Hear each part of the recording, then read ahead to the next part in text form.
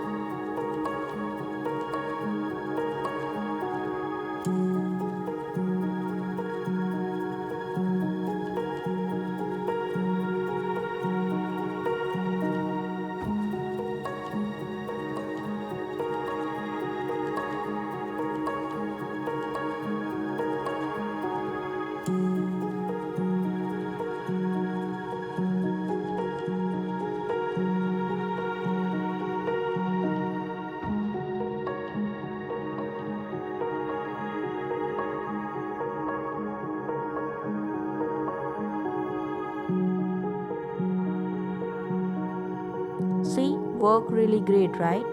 Now remember, it is a simple strategy but not easy.